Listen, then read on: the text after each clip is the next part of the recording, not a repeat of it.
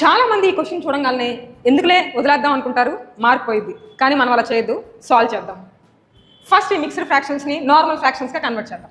66 2/3 convert చేస్తే ఏమొస్తుంది చూడండి, 200/3. లాస్ట్ ఫ్రాక్షన్ కూడా అబ్జర్వ్ చేయండి, 85 5/7. దాన్ని కన్వర్ట్ చేసుకోండి, 600/7. ఒకసారి ఈ సిరీస్ చూస్తే మీకు క్లారిటీ రావాలి. 200/3 600/7. నెక్స్ట్ ఏమై ఉండాలి, 200 300 అవ్వాలి, అలానే 3 4 అవ్వాలి. 300/4 75 కరెక్టే కదా. Next one 400/5 500/6. ఇప్పుడు మన ఆన్సర్ ఏమై ఉండాలి, 200/3 300/4 400/5 500/6 600/7. నెక్స్ట్ ఏమై ఉండాలి, 700/8. క్యాన్సిల్ చేయండి.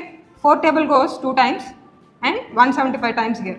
175/2 means 87.5 is our answer. కానీ ఫ్రెండ్స్, మనం ఇదంతా సాల్వ్ చేయకుండా జస్ట్ బై అబ్జర్వేషన్ కూడా మన ఈ సమ్ని సాల్వ్ చేయొచ్చు. ఎలాగో చూద్దామా. ఫస్ట్ ఈ మిక్స్డ్ ఫ్రాక్షన్స్ పక్కన పెట్టండి, డిఫరెన్స్ అబ్జర్వ్ చేయండి. 66 నుంచి 75 డిఫరెన్స్ ఎంత ఉంది, 8. నెక్స్ట్ డిఫరెన్స్ చూడండి, 75కి 80కి 5 ఉంది డిఫరెన్స్. 80 83 3, 83 to 85 2. చూడండి, +8 +5 +3 +2. డిఫరెన్స్ మీరు అబ్జర్వ్ చేస్తే తగ్గుతూ వస్తుంది. నెక్స్ట్ కూడా మనకి డిక్రీజ్ అవ్వాలి డిఫరెన్స్, అంటే 2 or 2Bలో ఉండాలి. అంటే 85కి మనం 2 కానీ 2 కంటే తక్కువ కానీ యాడ్ అవ్వాలి. అలాంటి option 1 and only option D. కాబట్టి మనం ఈ సమ్ని చూసి కూడా ఆన్సర్ చేసేయచ్చు. That's it.